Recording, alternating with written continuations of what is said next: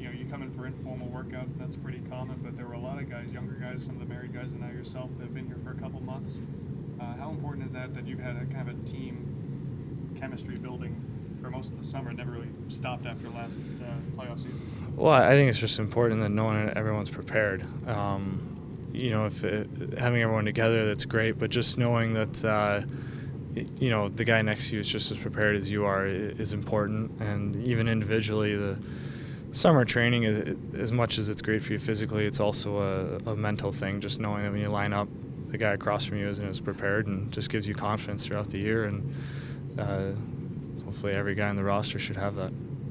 Jack, what's the mood in the room when you start camp without, obviously, a big-time player like Johansson, but also with Nathan Horton injured? How much does that affect the mood as training camp starts? Well, neither one of those was it's not like we just found out today. Right. We've been knowing about that for a while, and we've known about Horty for quite a while. So, it's truthfully just next man up. I mean, that's sports. I mean, one is unfortunately an injury that happens in a contact sport, and the other one's a business thing. So, that's what happens when you involve money with sports.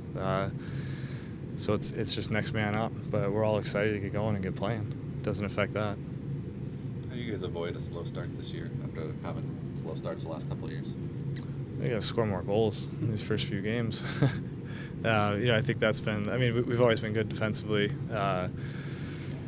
Played well as a team. I think it's just scoring some more goals. I think if that's one thing I could hope to improve on this year, it's definitely that, creating more offense. It's tough to ask a team to win 2-1 or 1-0 every night. It puts a lot of pressure on yourself. If you can score 3 or 4 goals, it ups your chances dramatically. With such a young team, does getting that playoff experience kind of help you guys get ratcheted up to start the regular season, as opposed to maybe the year before where it just seemed like maybe pick up where things left off?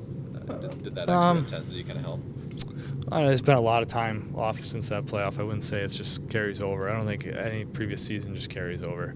We're excited just because hockey gets to start up again. We've had plenty of time off, so I don't think we're riding any waves from last year, but the expectations are higher than they've ever been, and that's a good thing. It's the way it should be, and guys should be excited and have fun to have that little bit of pressure to win, and hopefully have a long year. Is it tougher for younger guys to deal with higher expectations in your experience? I mean, most of them come from winning programs, or they've had a lot of success in the past, or they probably wouldn't be here. So I don't think it's that hard for them. I think as long as they know right away that the expectations are high and that's just the way things are here, then I don't think they should have a problem realizing that. You've mentioned those expectations. When you came here, obviously the culture was completely different. You wanted to change that. Do you feel proud about the part you've played in that? And is it where you want it to be right now?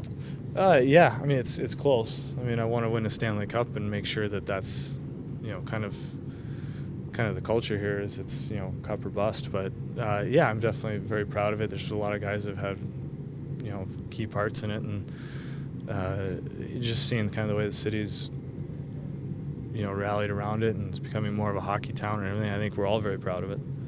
This kind of goes part and parcel with higher expectations, but when you played Pittsburgh this year, they'll kind of know it's coming. Rangers the same way, Flyers. Did you feel like maybe you caught teams off balance these last couple of years, and you're maybe not going to? They'll be ready and preparing for you as they would another legitimate team now. Yeah, I mean, I think that we've changed dramatically in a fairly short period of time.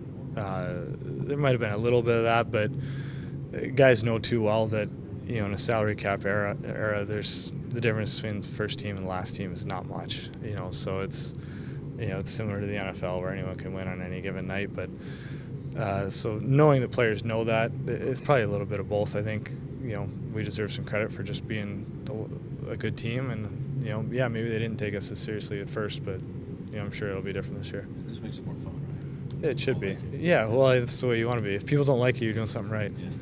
Jack, it looks like Montreal might go without a captain this year. Maybe a couple other teams too. You guys were the only club that's gone without one here lately. But I mean, is this a trend here? Are you guys trendsetters? I don't know if it's a trend, but that's just kind of the norm for us. I mean, that's just kind of the way it's been ever since I've been here. So we don't know any differently, really. That's normal here for us. So it's not something we ever think about or talk about. It's just the way it is here. The other clubs have looked at that setup and said, well, this works for them. Maybe it'll work for us. Yeah, I mean, it's a captain's, it's a figurehead, and somebody that is more of a public figure than anything. And people's personalities just don't change in the room or anything if it's just a letter on your jersey. But I think we've got a strong enough group of guys that nobody needs that or nobody's craving for it, and that's just the way it is here. Ryan Murray talked a little bit to me about how he wanted to improve his game, being more utilized on the power play, being more available for that. That's a big part of your game. I think last year the team's power play was 11th, and that's not a bad number at all. But if you can improve that even more, what does that mean in the standings for you guys making that next step up the Metro? Well, you should climb the standings because we'll score some more goals. That's one of our problems. And 5-on-5 is tough in the NHL. Everyone's very responsible, so if you can score one power play goal a game, you're gonna up your chances dramatically. But that's all it means is it'll give us a better chance to win every night. If we don't score on the power play, it makes it tough. If Joey and Nathan aren't available, then does that put more pressure in that situation on guys like you or Wiz? Well, I mean, we're not going to change our game at all, but it'll give some forwards some opportunities to play where they want, and maybe one of us will go play center instead.